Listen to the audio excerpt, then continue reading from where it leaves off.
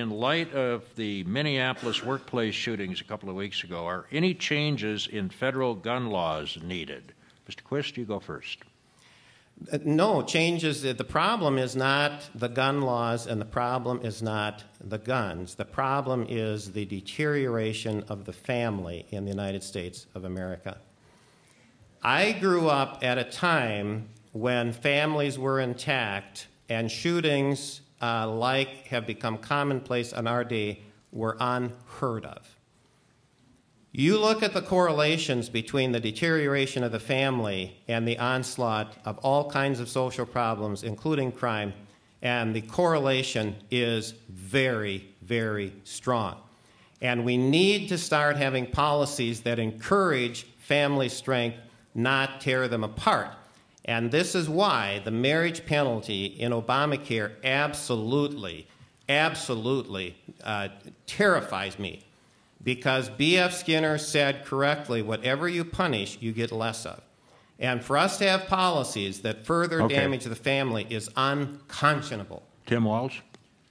Well, when these national tragedies, whether it's Aurora or with a friend of mine up in Minneapolis last week at the workplace shooting, we search for answers, and I think there's a tendency to want to find the easy ones. These are complex. They're complex of why it happens.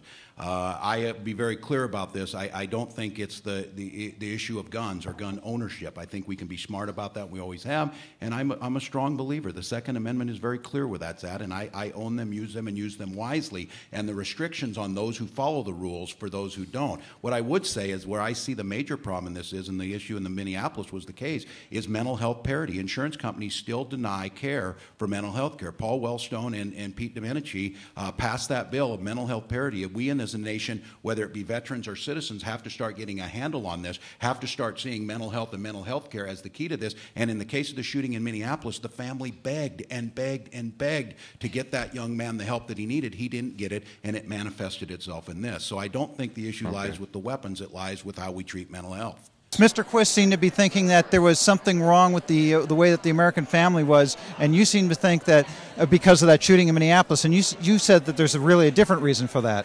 Well, and I think it's complex. I don't think it's just one on this, but I do think in all of these cases, and I keep coming back to this, it takes a very disturbed person to commit a crime like that. And now what those causes were could be multiple on this. So I don't, I'm certainly not going to reject that idea. In the case of that gentleman up there, he had two loving parents and came from a strong family, but he had mental health issues that were untreated. So I think you can't overgeneralize on these, but the one thing I see is I think it's an almost common thread is mental health issues that go with these people.